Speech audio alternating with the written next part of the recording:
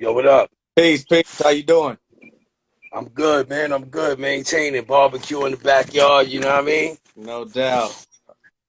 You know what I mean? You in Cali right now, right? Yeah, I'm in LA. Okay.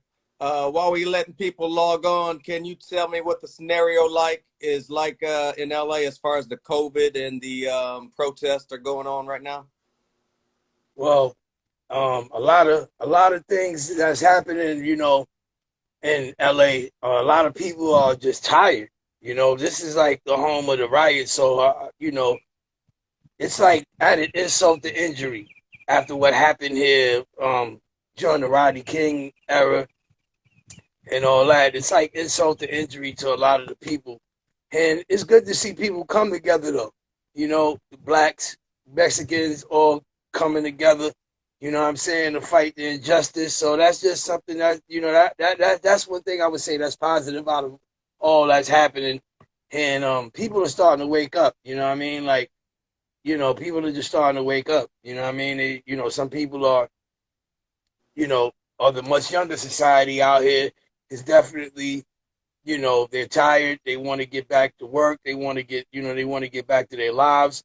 A lot of people just, feel like, society, living in a society that like LA is dangerous, being that it's the gang motherland of gangs, and at the end of the day, like, you know, you start seeing the positive side of people, you know what I mean, come out. You start seeing a much more positive side of what LA is about and how LA comes together, even though they had, the riots happened and everything, people are, trying to get back to their normal lives, you know what I'm saying? Like, Right. you know, not everybody's a protester, you know what I'm saying? So at the end of the day, there's some people that, they support the protesters, but they want to get back to ordinary living, you know what I'm saying? So, that's what I'm doing right now, barbecuing, Enjoy. grilling. Well, everybody Yes, sir. joined us right now. This is History Lessons, formerly Quarantine Sessions, episode 46. I am with the legendary Agallah Don Bishop, formerly known as Adolf the Assassin. Thank you so much for joining me this afternoon in LA. Yes, sir. Yes, sir. You've got a pretty lengthy discography, and I'm gonna try to go through it in this little time that Instagram gives us, and give you your props and your accolades. If you can give Thank you. a little background on Agallah, where were you born and raised? I was born and raised in Brooklyn, New York.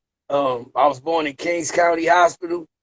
Um, it was a lot of hard times growing up as a kid in Brooklyn, Brownsville projects, same projects as Mike Tyson, Shannon Briggs. Shout out to them; those my brothers for the neighborhood. And growing up there was basically a lot of hard times, a lot of school of hard knocks, proving yourself. Trying to kind of get to a peaceful place, but still you couldn't because it was nothing but shootouts and a lot of crime, a lot of high level crime, and just the dregs of society. You know what I mean? So I went to PS 284, public school 284, and I would meet a young Sean Price. We became good friends going to school and played in the same sandbox, did kid stuff, traded Coleco cartridges and stuff like that. And rap was something in me. I didn't learn to rap. It was just like in me. And like early on I wanted to be a DJ and got involved with the streets and trying to be tough and went through those phases. And got up with two other dudes from my neighborhood named Top Dollar and Smoke, and um we became a crew. You know what I mean? I had my own crew before then. I joined the group. It was called Bombers of Today, Breakers of Today. So I was graffiti writing, doing all the five elements, breakdancing, beatboxing, DJing, MCing, all the elements, and graffiti writing and b-boying. And, I was just embracing that. And, Brownsville was like the place where, we had to survive. We needed something to survive, being that we were in low income housing. We needed to survive, and hip hop was the way out for us, and that kind of like, when I first heard boom bap and hip hop on the radio, and when I first heard Rakim, I was just like, this is what I want to do. I was just like very adamant on listening to certain records and being a part of that culture from the early '80s. But it was like you had to, everywhere you went to school, you went to your friend's house, you went to the game room, you bound to listen to rap, or you had to spit some bars, and people was going to see if you had any raps. Of course, you had high doubters in the ghetto. You always got doubters in the ghetto. He whack. He ain't never gonna make it. And at the end of the day, it was just like that. My great my godfather, excuse me, he owned Soul Shack Records. Soul Shack Records was the first mom and pop's hip hop store in Brownsville, Brooklyn, on Pickett Avenue and Rockaway. And I would see everybody there. I would see PMD. I would see Big Daddy Kane, Biz Markie, Master Ace, another fellow Brownsville rapper. Um, these are people that I look up to. I was heavily into Juice Crew and heavily into Ultramagnetic and heavily into Big Daddy Kane, Coogee Rap, KRS-One, growing up watching them. But they was all at my godfather's shop. So it was like his record store. So I was like, I just felt like, that was something I was supposed to be doing. And, we won talent shows and stuff like that all over Brooklyn. People, it was like I would rhyme, I would beatbox, break dance. I was doing like all three at that time. Right. And knowing I was a young cat and this was something real new and fresh, what I'm saying? It was just something new and fresh. A lot of people thought it was gonna be a fad. It would just be here. It wouldn't last that long. So, at the end of the day, I was still a young guy just rapping and nobody would take me serious. Every studio I went to was kind of like, no, we can't do anything for you here. It was like I got a lot of rejection. With that rejection came more, when somebody tells you no, that means next opportunity. Right. So I felt like, you know, more, more, more experience that I needed. I felt that came with the no and helped me get more experience, helped me, you know, shift my gear on a better note because you had a lot of tastemakers at that time. And then you had a lot of people that was A&Rs, and then, if you were hot, you had to make a demo tape. And, you know, I don't even know if those words still exist to this day, but back then you had to make the demo tape, which consisted of 3 to 4 songs, and you had to shop that to labels, and hope you get it hit back. Right. And, I was, I got rejected. Remember one day a friend of mine that knew Big Daddy Kane said, let's go over to Kane house and bring your demo tape over there. So I'm in the car, and Kane answers the door, like polo silk robe. That's Kane. So I'm like, oh, that's Kane. Right. So he came to the door, took my demo tape, took it, and we didn't hear back from him. You know what I'm saying? But just to know that he took it gave me inspiration. You know what I'm saying? It was like, all right, I got something going on. Kane got my demo. Hopefully, I'll get a call back. If not, still, I'm making some ends meet here. You know what I'm saying? Like I'm adjusting myself to the situation, and then time go by. I wound up basically, you know, getting my own deal, getting my own record deal, and I was riding around with Onyx because I was signed when I came, you know, uh, into the game professionally at 16. I was hanging around Onyx at the time, and I was on the road. I was a roadie, and I was, of interest to be signed to Onyx to Official Nasty as a producer and as an artist. And that didn't happen directly. I wound up producing on Onyx's second album, but all that led up me to producing for other people. And the whole long story of domino effects. But after that, but at the end of the day, um, coming from the group home, coming out of the group home was basically something that made me go to Washington Square Park and battle everybody. And started battling a whole bunch of MCs left and right. I found out about Lyricist Lounge. I went to Lyricist Lounge, kind of, got my early, you get that early, um, you get that early experience at Lyricist Lounge. And I wound up battling a lot of people there. Never lost no battles. Never did. Never lost any battles. Right. Because I was battling off the head. I was battling straight off the head. So it was impossible for MCs to prepare for me because I was, if anybody wanted to snap, I wasn't trying to wait. I was not trying to wait to snap. I was basically on you. And that's what I did. I didn't give MCs no room. I didn't give them no breathing room. And a lot of people heard about it, try to come to the park, try to come to Washington Square Park and get their bars up, but I was just always on a whole nother level with it. And, I felt like one of the main competitors, you know what I mean? The main competitor, if not, you know what I mean? Right. To speak that valor. And, quote, Talib Kweli, quote, Akinelli on Drink Champs when they spoke about me and how ill of a lyricist I am. And I didn't even think I was coming off on that level. But, you know what I mean? Right. To them, it's like, this guy is ill. So I was just on a higher energy at that time. You know what I'm saying? And but Brooklyn is really where it's at. That's what conjured at Brownsville. You know what I'm saying? That's what conjured all my energy. Being from Brownsville, just alone is a survival. It's like, how can you survive the ghetto shootouts every day? You know what I mean? How can you survive going to school? You know what I mean? Not getting abducted by a stranger and getting raped, and how can you make it home safe? You Right. know what I mean? And I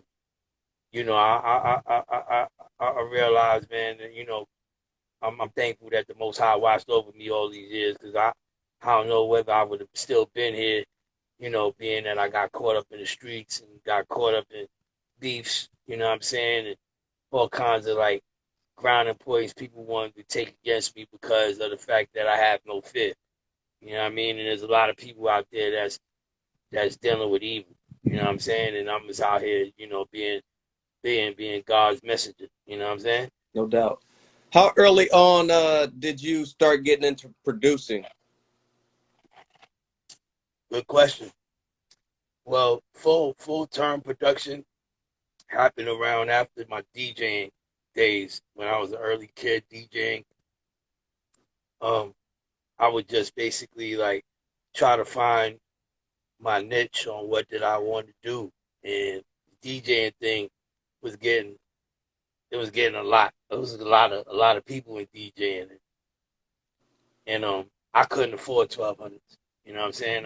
We wasn't that fortunate to afford 1200 techniques, but I had a neighbor, Jerome, and Jerome would let me come over and use his.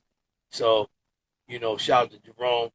Um, and then, my friends, they would makeshift. They would find broken stereos and then make their own DJ equipment out of these broken stereo systems.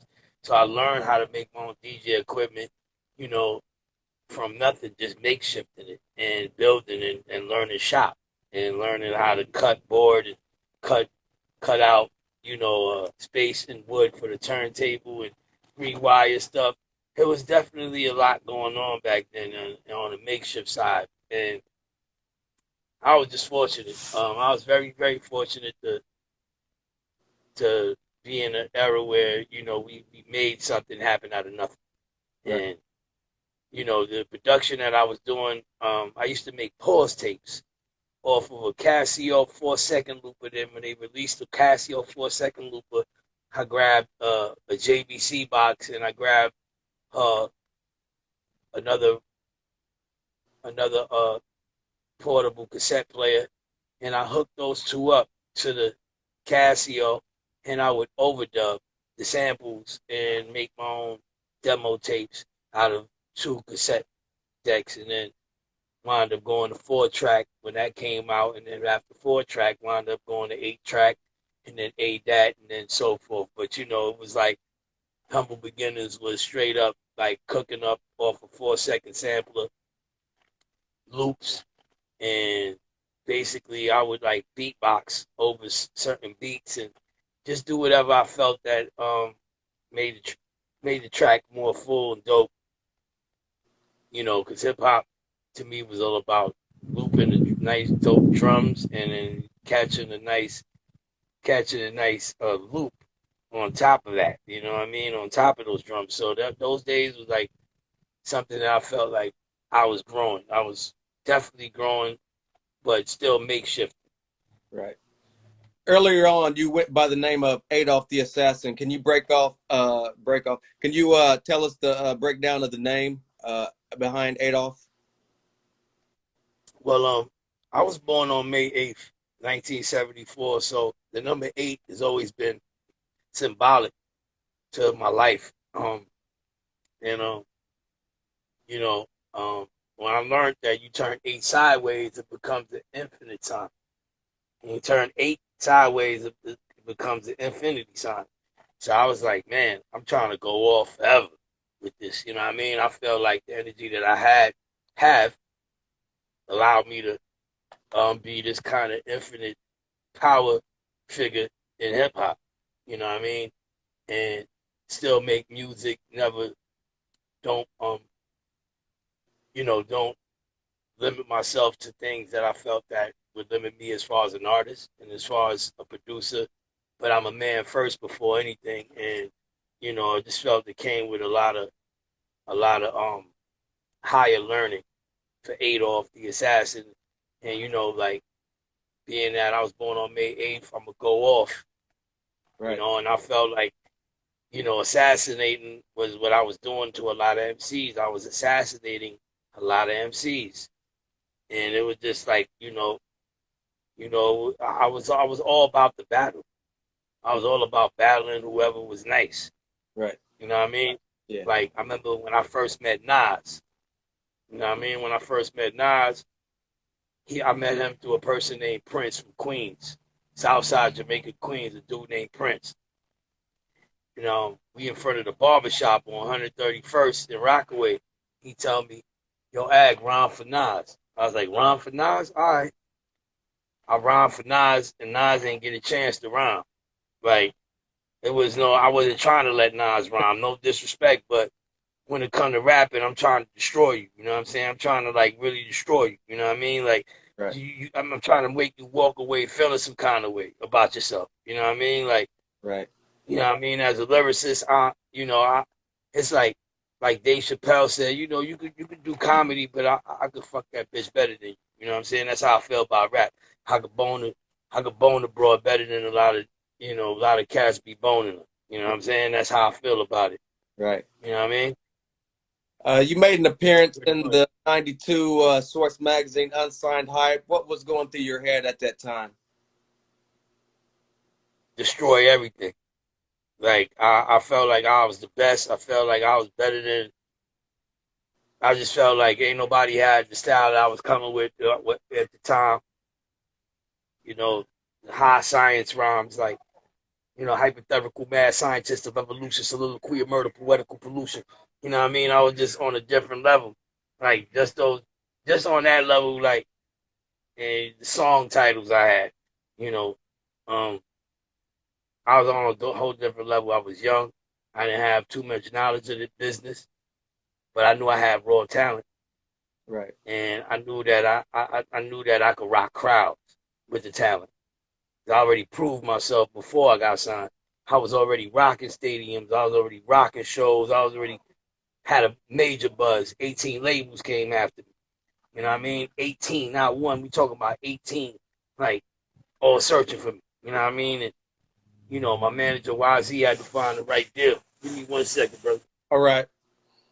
Yeah, but you know, it just goes to show you, boss up. You You can't count yourself out, man. That's me. I couldn't count myself out. So yeah, I couldn't count myself out. Like it was like either you going, prove yourself in front of all these MCs, you gonna prove yourself in front of all these rappers and these labels too. And I would just go to, do shows. I would go to like Buster show. I would go to Tribe Called Quest show. Or I would go to, whoever was hot at that time. I would go to this show and I'd just be right there on the stage, like, you know what I mean? Like Right. I would be on the stage, like pass me that mic. You're gonna see something crazy, and that happened every single time. You know what I mean? It's not one time I did not. I feel like in New York City, and it's hard to get people hype off of lyrical styles. And at the end of the day, like, you know, it, I was gaining a lot of attention from dudes like Biggie, hanging with Pop, um, hanging with, different artists at that time. Busta Rhymes took a liking to me and, started scooping me up and hanging out with me. We was label mates, and I wound up working on his second album, When Disaster Strikes, which is double platinum. But it was like, Bus would, he would basically scoop me up. We go to the studio, blow a couple L's, you know what I mean? Listen to beats. And he knew I had the ear for dope shit. I mean, my ear, impeccable. He was like, he trusted me, you know what I'm saying? With beats and how to, the sound that he liked. And I would come to his sessions with DATs of just tracks that I made. And he like, yo, I got to keep this in the vault. I might not use it today, but I'm gonna use it one day. You know what I'm saying? Like Buster probably got like over 100 tracks of mine in his vault. You know what I mean? But that he hasn't used yet. But um, I'm grateful for the experience that I was able to learn and things of nature from individuals like him, PMD, uh, Guru, DJ Premier. Um, Shout to Preem, man. He just lost his mom's.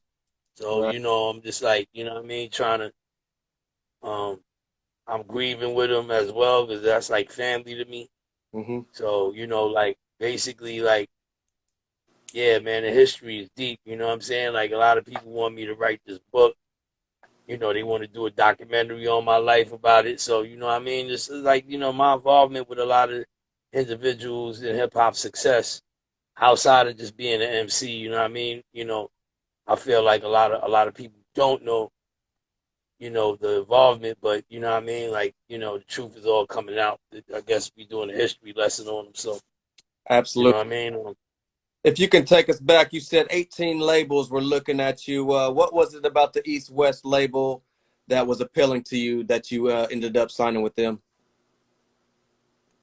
Um, Sylvia Rome, I'm gonna say, she actually had a liking and a compassion level for my art. Um, Other labels are trying to throw, like I first signed to Tommy Boy Records. That situation was like my first nightmare situation of the industry as far as like putting out music. Ian Steeman was the A&R, and Albie Saragusa was the A&Rs, and Albie was cool.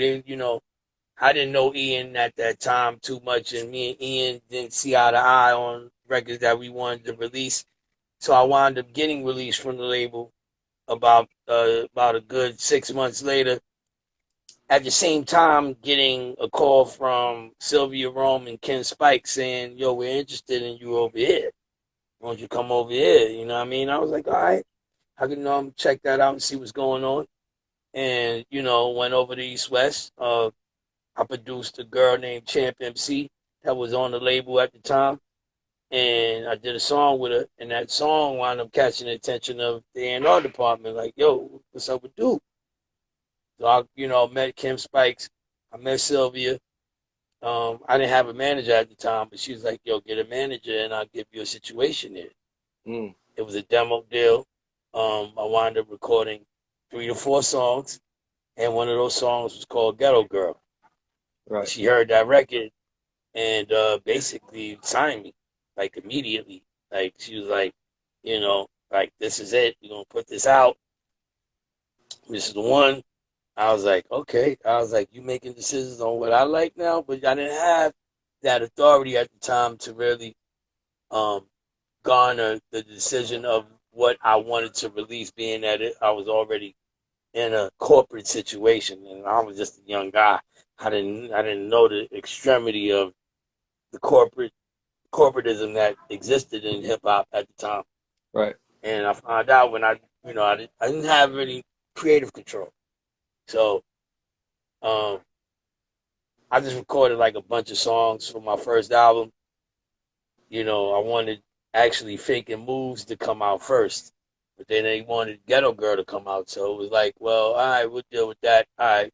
They wanted to market this, Puerto Rican guy from Brooklyn. You know what I mean? Get all the girls, you know what I'm saying? Woo, woo, woo. Right. I was like, all right, I'm with it. You know what I'm saying? I mean, I love women. You know what I'm saying? At the end of the day, and I ran with it. Um, but I learned a whole lot. Ashanti was in my first video. Her mother choreographed the girls. It was like it was my first time, my first cherry busting moment in the industry. You know what I mean? My first pop cherry moment and really getting, understanding of how labels run and anything major. You know what I'm saying? I was just like brand new to it. You know what I mean? 95, 94, 95. And then you got then you got homies like Biggie coming up, another Brooklynite, and me and him become friends. And I got to learn a lot, you know, being fortunate to have good relationships with some of these other artists. You know what I'm saying? Right. What eventually happened with your debut album, and why was it shelved there? A lot of politic reasons from the label. We had too many. This is the best way I can explain it. They oversigned artists on East West. So many artists got signed that they did. They put all their eggs in one basket and misguided the funding of the whole label when they signed too many artists, and then there was a lot of tax write-off artists that were getting dropped. With that being said, East West had folded. Merlin Bob and Sylvia Rome, they wound up parting ways with Tom Warner. Excuse me, Tom Warner. And after that, I just went independent. You know what I mean? I was just like I was living like my young life. You know what I mean? The best way I knew how. Basically, I never been in a situation like that. Didn't know nothing about it too much, and was just kind of soaking up all the politics behind it. You know what I mean? Right. And I was chasing a lot of pussy. I was running around state to state, you know, smashing whatever I wanted to smash and living life like it was golden. You know what I'm saying? Right. And I mean, like, I even thought the A&R wanted to smash. You know what I'm saying? Like it was like there was a whole lot of shit going on, like outside of music, just me personally. It was my personal life, period. And what I was doing, and I was just used to that rap lifestyle. You know what I'm saying? Right. After you get off tour with Run DMC and you see how, what I'm saying, you're treated on the Run DMC tour, and you over there in Germany introducing Run. You know what I'm saying? And then you come out after the show, Onyx go on, and you not going on, but you getting all the groupies. You taking them right back to the dressing room. You know what I'm saying? Because Right. you with the homies, but they, you know what I'm saying? The homies is on stage doing them.